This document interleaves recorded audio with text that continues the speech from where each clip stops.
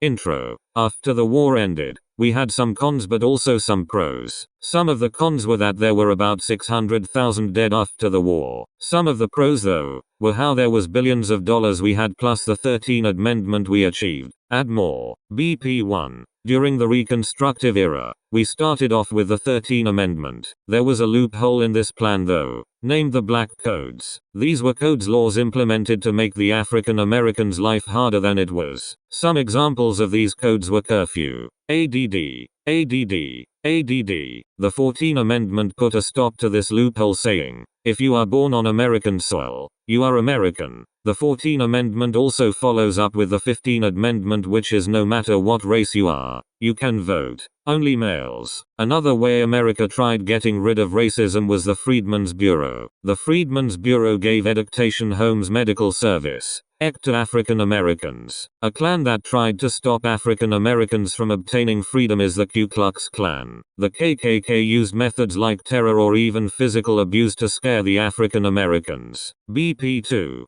By the year 1900, we were the world's #1 economy. There is a couple of reasons to this, starting with how we had workers from all races and genders. In America, everyone was working, no matter who you are or what disabilities you had. Another reason is how we had so much money. We had a bunch of money to use for the economy with still so much left over. Another reason is how we had a bunch of inventors in the USA. The USA had inventors creating new tech and gadgets every day, which grew our economy big time. And the last reason is that we don't need to go to another country to get materials because all our materials were here. With all these reasons plus the use of railroads, this skyrocketed us up to the #1 spot. Some ways African Americans were making money were sharecropping and tenant farming. Sharecropping is a way of paying black people who stayed at a plantation. They didn't get paid very much money at all from this job. A way that the owners can keep the slaves sharecropping was that they would make their rent more than they were paid,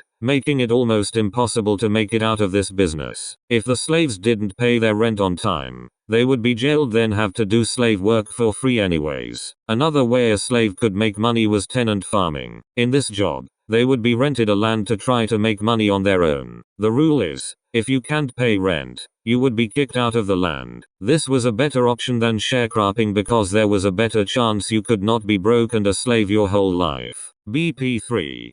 Thanks to the railroads, us Americans are able to travel a bunch of places. Back in the day, we decided to travel to the west. The main people that decided to travel west were cowboys, miners, and farmers. These jobs were very good in the west, especially the miners, who were able to find gold in 6 of the states that we traveled to. This move was known as us conquering the unconquerable, and yet another win for the United States of America. Conclusion. After we moved out west, life pretty much stayed the same for a while. There was some pros that happened, including our wealth increasing. We were able to get even more states to the United States of America. We were able to get the South back in the US after they left us. And race pretty much stayed the same for a little while.